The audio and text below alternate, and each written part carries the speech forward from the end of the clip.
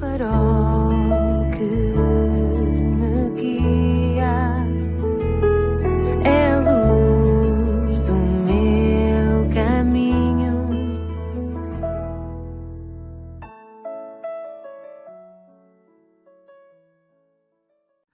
Sou o Carlos Oliveira e quero-te dar, uma vez mais, as boas-vindas a este programa Pedindo Luz, cujo tema hoje é Aprende com o Pão. Aprende com o pão, perguntarás tu. Que coisa estranha, o que é que se pode aprender com o pão? Será que nós podemos, de facto, obter luz sobre este assunto? Bem, como sempre, na mesma fonte de verdade que é a Bíblia. A Bíblia diz que Jesus um dia disse: eu sou o pão da vida. João 6,48. Em primeiro lugar, gostaria que pensasses que o pão é para pessoas vivas. Não tem utilidade no sepulcro. É óbvio, não? Mas é bom que saibas que já houve quem levasse pão para a sepultura. Os egípcios, por exemplo. Eles faziam isso aos faraós, que eram sepultados nas pirâmides. Visavam dessa forma assegurar a existência dos faraós após a morte. A razão dos egípcios construírem aqueles túmulos em formato de pirâmide gigantesca, maiores que muitos edifícios modernos, é porque apontavam para cima, simbolizando a ascensão ao céu. O tamanho também tem a ver com isso. Quanto mais alta a pirâmide, mais próxima do céu, no entendimento deles. A grandiosidade e o luxo desses túmulos explicam-se pela importância não só política, mas também religiosa daquelas pessoas que eram sepultadas ali. O faraó, além de ser a principal liderança política do Egito Antigo, era considerado filho de um deus do panteão egípcio.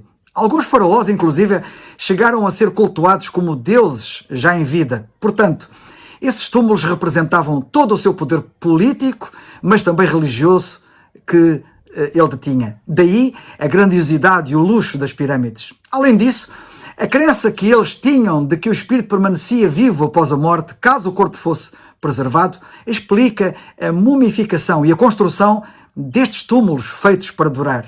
Os faraós acreditavam ser uma espécie de divindade escolhida para serem mediadores entre os deuses e os homens. Por isso, após a morte física, os egípcios acreditavam que o espírito do rei, que era conhecido como Ka, permanecia no corpo e necessitava de cuidados especiais. Assim, os seus cadáveres eram mumificados. Nesse processo de mumificação, o corpo do faraó era cuidadosamente tratado com óleos e envolto em faixas, a fim de que não sofresse qualquer desgaste com o tempo. Além disso, o faraó era enterrado com tudo o que ele necessitaria, no seu entender, depois da morte, como os seus tesouros, alimentos como trigo e pão e até móveis. Os seus familiares, sacerdotes e funcionários também eram sepultados juntamente com o faraó. A manutenção do corpo, incluindo a presença de comida e dos pertences do morto, eram fundamentais para a preservação do espírito, pensavam e acreditavam eles. Que esperança vã aquela e tão caricata, não achas? Dias, meses, anos, séculos depois, o pão continua intacto, intocado, pois não há ali vida e, portanto, não há qualquer utilidade para o pão que eles colocaram lá. Agora, poderás dizer com os teus botões, neste início do meu discurso, se o pão é para vivos e não para mortos, a Bíblia não diz em Efésios 2:1 que, por natureza, todos nós estamos espiritualmente mortos em delitos e pecados? Que proveito pode, então, ter para nós o pão que Jesus diz ser para nós? Muito, muito proveito, pois o pão que Jesus é, trata-se de pão vivo que desceu do céu. Não é pão comum, terreno. E mais, Jesus é pão vivo que dá vida para sempre. Nota o que a Bíblia diz. São palavras de Jesus Cristo.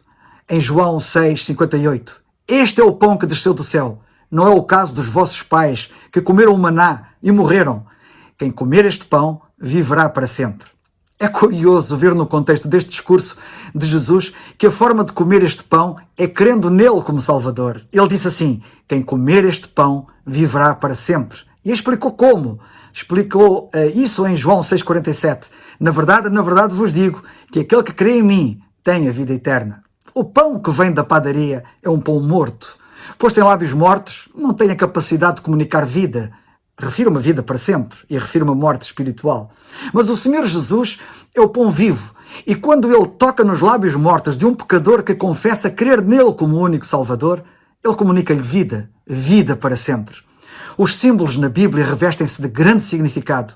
E o pão como símbolo do Senhor Jesus Cristo não é exceção, como vamos ver um pouco mais adiante. Em segundo lugar, o pão é um alimento necessário indispensável. Podemos dispensar todo e qualquer alimento da mesa, menos o pão. A mesa nem sempre tem carne, nem sempre tem peixe, nem sempre tem saladas, etc. Mas uma mesa tem sempre pão. Cristo, ao apresentar-se como pão, está a dizer-nos que Ele é necessário e que é indispensável. Tu precisas de Cristo e não o podes dispensar. Nota bem, sem Cristo ninguém pode ser salvo. Ele mesmo disse em João 14,6 que Ele é o caminho e ninguém pode ser salvo a não ser por Ele. Não penses poder escapar sem Ele. Ele é mesmo indispensável. Como acontece com o pão, Cristo é realmente um alimento necessário e indispensável. Em terceiro lugar, o pão é alimento de toda a gente. Há pessoas que não podem, por ser caríssimo, comer fazão, ostras, caviar, trufas brancas, carne wagyu, famosa carne japonesa caríssima, foie gras, etc. Mas todas as pessoas podem comer pão pela sua acessibilidade.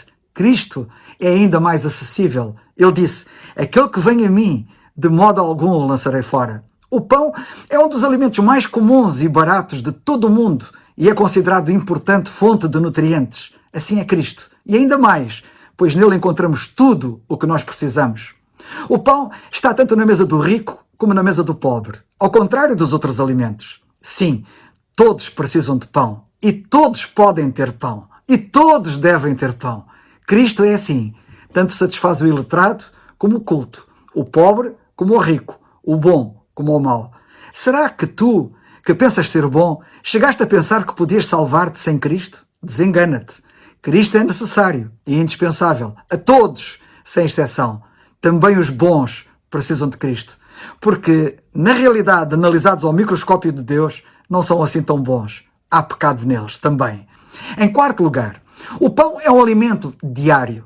Se creres em Cristo, verás que mais do que o pão, que nunca é dispensado da mesa em todas as refeições, pequeno almoço, lanche e jantar, tu não poderás dispensar Cristo, não apenas cada dia, mas todo o dia. Verás a importância da sua presença em tudo na tua vida. Em quinto lugar, o pão é um alimento que verdadeiramente satisfaz e mais, nunca enjoa. Se comêssemos sempre bifes, por mais que gostemos de bifes, chegaremos a um ponto que já nem os poderíamos ver, nem mesmo cheirar. Mas não é assim com o pão, nem é assim com o Senhor Jesus Cristo. Nunca o enjoamos. Apesar de estarmos sempre a comer pão, todos os dias e todo dia, é ainda muito mais assim com o Senhor Jesus Cristo. Toma o exemplo, por exemplo, de um jogo de computador. No princípio não se vê outra coisa. Sempre a jogar. É isso que nós vemos naqueles que passam a vida a jogar. Estão sempre a jogar aquele jogo. Mas, passado algum tempo, ficam fartos dele. E é o mesmo assim com tudo na vida. Mas não é assim com Cristo. Cristo nunca enjoa. Nunca nos fartamos dele. Em sexto lugar, o pão, antes de se tornar alimento, passa por um processo semelhante ao processo porque Cristo passou. Passa pelo processo de moagem, e foi assim com Cristo. O profeta Isaías diz no capítulo 53, versículos 5 e 10, que ele foi moído por causa das nossas iniquidades e que ao Senhor agradou moê-lo. E como o pão, Jesus foi depois também amassado, tendo sido amassado pelos homens. A Bíblia diz em Mateus 26, 67, quando ele estava na cruz, então cuspiram-lhe no rosto e lhe davam punhadas e outros os bofeteavam. E como o pão é sujeito depois a calor intenso em fornalha ardente, Jesus foi sujeito ao fogo do juízo no Calvário. Temos uma figura do que ali aconteceu na história de Isaac, figura de Cristo, que carregou a lenha para o sacrifício no mesmo monte, também chamado de Moriá, na altura. No sacrifício que ali aconteceu, típico do sacrifício no Calvário, o fogo consumiu o cordeiro. Sim, como o cordeiro de Deus que tira o pecado do mundo, Cristo foi consumido pelo fogo do juízo divino na cruz. Porque o nosso Deus é um fogo consumidor, lemos em Hebreus 12, 29. Porém, sabe que tudo isto só não chega para ti. Tu agora tens de comer este pão. João 6,50 diz muito claramente, este é o pão que desce do céu, para que o que dele comer não morra. Sim, tens que o comer. Se não o fizeres, nota a gravidade da situação. O Senhor disse em João 6,53, na verdade vos digo que se não comerdes a carne do Filho do Homem e não beberdes o seu sangue, não tereis vida em vós mesmos. Ainda te lembras como se pode comer esse pão? João 6,47 diz, na verdade vos digo que aquele que crê em mim tem a vida eterna. Sim, é crendo nele, e eu espero que o faças quanto antes. Em sétimo e último lugar, o pão é o alimento mais barato dos alimentos. Como ao pão do céu, Cristo é sempre mais do que o limitado pão da terra em tudo, também no preço, pois é alimento sem preço, é de graça. Israel não pagou nada pelo maná, o pão do céu, que é a figura de Cristo, que os alimentou no deserto. Seria um insulto se o quisessem fazer.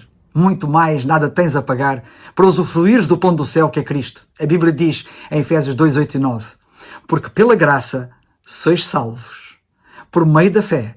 E isto não vem de vós, é dom de Deus, não vem das obras, para que ninguém se glorie.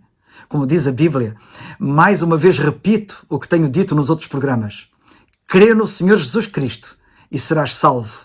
Atos 16, 31. Delicia-te agora com o belo hino que se segue, que os crentes da língua de Camões costumam cantar, ainda que com uma letra um pouco diferente. Que Deus te abençoe.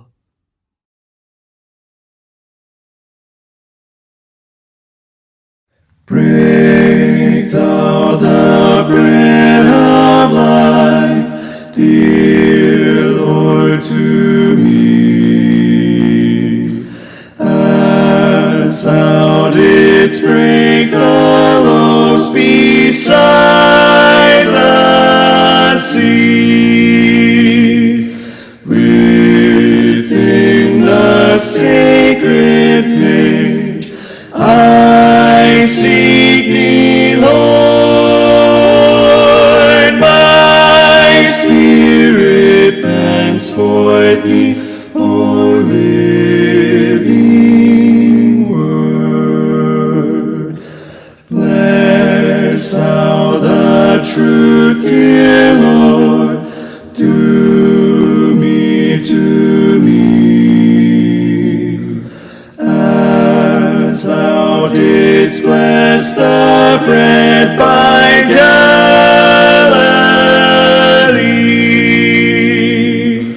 Then shall all bondage cease, all fetters fall,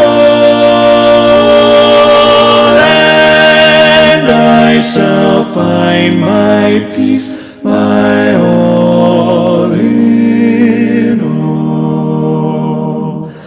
Thou art the bread of life, O Lord, to me. Thy holy word, the truth that saveth me. Give me to read and live with thee above. Teach me to love thy truth, for thou art love.